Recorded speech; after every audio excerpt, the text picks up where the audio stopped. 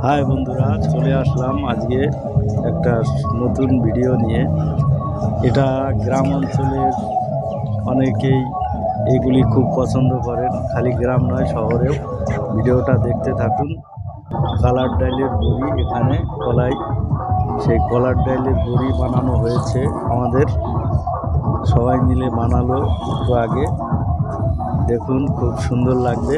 এই দেখুন, অজস্র অনেকগুলি দিয়েছে এই বড়িগুলি।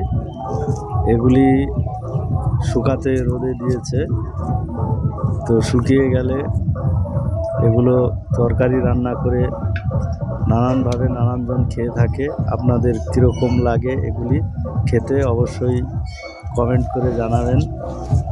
আর যার যার খেতে ইচ্ছা হয় আমাদের বাড়ি চলে আসবেন।